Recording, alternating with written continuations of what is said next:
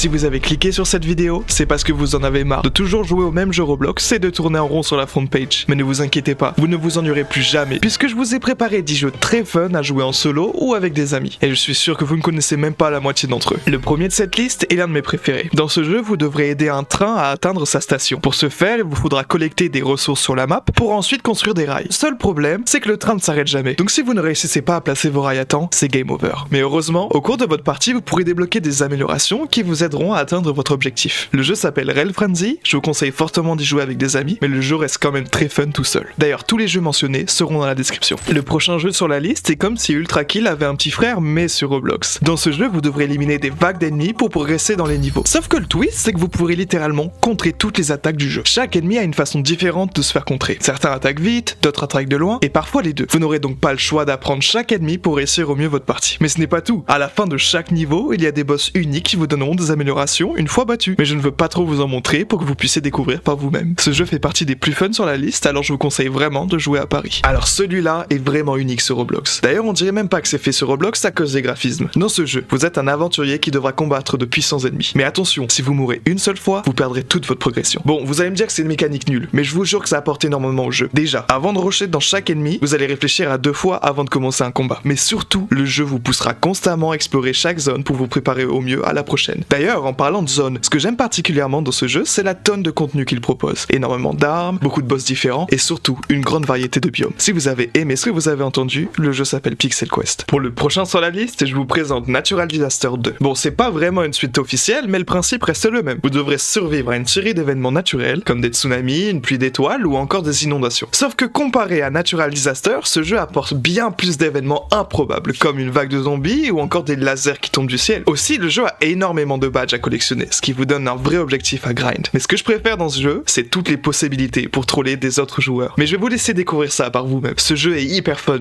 alors allez jouer à Something Evil Will Happen. Ok, celui-là est particulièrement fun avec des amis. J'ai passé mes meilleures soirées en y jouant. Dans ce jeu, vous êtes séparés en 2 rôles. Soit celui des hiders qui devront se fondre dans une masse de bots et compléter un nombre de tasks. Ou alors celui des seekers qui devront trouver les vrais joueurs qui sont passés pour des bots et tous les éliminer avant qu'ils finissent leur task. Il n'y a pas de meilleure sensation que de passer à 2 cm d'un seeker et lui faire croire qu'on est un bot. Il faut y avoir joué au moins une fois pour comprendre, alors allez jouer à Dingus. Alors ce prochain jeu est inspiré par Danganronpa, un de mes animés préférés et je vous assure c'est incroyable. Dans ce jeu, vous serez bloqué dans une école avec d'autres joueurs. Sauf que vous allez vite réaliser que le seul moyen de s'échapper est de tuer un autre joueur sans se faire découvrir par les autres élèves. Si vous avez déjà joué ou regardé Danganronpa, vous me direz probablement mais pourquoi jouer à ce jeu quand on peut découvrir l'œuvre originale? Eh bien, comparé au vrai jeu Danganronpa, ici rien n'est scripté. Ce qui veut dire que dans le jeu Roblox, n'importe qui peut être le meurtrier et vous devrez mener une enquête unique à chaque partie. Et c'est pour ça que ce jeu est aussi bien. En plus, le jeu met à votre disposition un grand arsenal d'armes pour créer le crime parfait. Je vous conseille de tous les découvrir et de jouer à Carnage. Le prochain sur la liste va tester votre patience. Dans ce jeu Roblox, vous devrez grimper plusieurs grandes montagnes. Pour ce faire, il y aura plusieurs prises tout au long de votre ascension. Chaque prise ont des effets différents, comme une prise qui consomme de la stamina ou encore une prise qui se détruit si vous restez trop longtemps dessus. Mais attention, si vous tombez une seule fois, vous devrez recommencer toute la montagne. Le jeu propose un système de course où vous pourrez challenger vos amis à celui qui grimpera le plus vite. Le jeu peut paraître un peu compliqué, mais une fois pris en main, je vous jure que vous profiterez pleinement de tous les niveaux. Le jeu s'appelle Climbing Game. Alors pour le prochain jeu, vous devrez mettre votre communication à l'épreuve. Dans ce jeu, toi et tes amis devront désamorcer une bombe. Pour ce faire, des personnes auront un manuel d'instructions avec les étapes à suivre afin d'éviter que la bombe explose. Sauf que le seul problème, c'est qu'ils ne peuvent pas voir la bombe. Et c'est pour ça qu'un joueur devra décrire le contenu de la bombe pour retenir les bonnes étapes à suivre. Ce jeu peut parfois être très stressant et ruiner des amitiés. Mais si vous réussissez à désamorcer la bombe, vous aurez vraiment endurci vos liens avec vos amis. Le jeu s'appelle Diffusal. Pour l'avant-dernier jeu, je vous ai trouvé l'un des shooters les plus dynamiques et uniques que j'ai trouvé sur la plateforme. C'est un shooter à la 3e personne, mais au lieu de pouvoir seulement vous déplacer en sautant ou en courant, vous pourrez littéralement dépasser la vitesse du son. En fait, le jeu met à votre disposition plusieurs moyens de déplacement, comme un grappin ou encore un super dash. Mais c'est pas tout, puisque les maps ont été designées pour vous laisser aller à de grandes vitesses. En plus, je n'ai même pas encore parlé de toutes les possibilités d'armes que le jeu met à votre disposition, mais je préfère que vous alliez tous les découvrir par vous-même. Alors allez jouer à Mercfleet. Pour le dernier jeu, je vous ai choisi une expérience unique d'horreur. Dans ce jeu, vous serez une équipe de soldats qui a été envoyée dans un laboratoire pour empêcher un virus de se propager. Sauf qu'en vous enfonçant dans l'endroit, vous découvrez quelque chose que vous n'aurez jamais dû voir. Et voilà, je vais m'arrêter là pour vous laisser découvrir toute l'histoire par vous-même. Par contre, je vais vous donner un peu plus de détails sur le gameplay, qui est selon moi parfait pour un jeu d'horreur. Vous devrez choisir entre plusieurs classes qui ont des armes différentes, et il y aura des infectés qui vous barreront la route. Chacun d'entre eux ont des spécificités différentes. Sauf qu'il y a quelque chose que je ne vous ai pas encore dit. Vous n'êtes pas immunisé au virus. Ce qui veut dire qu'à tout moment, un de vos coéquipiers ou même vous-même se transformera en une créature horrible. Le jeu s'appelle Examination et je vous encourage fortement d'y jouer. Et voilà les 10 jeux Roblox extrêmement fun qui vont animer vos Game Nights. Et d'ailleurs, j'ai encore plein d'autres jeux à vous proposer, alors abonnez-vous pour ne pas manquer les autres et dites-moi en commentaire des jeux que je pourrais mettre dans les prochaines compilations.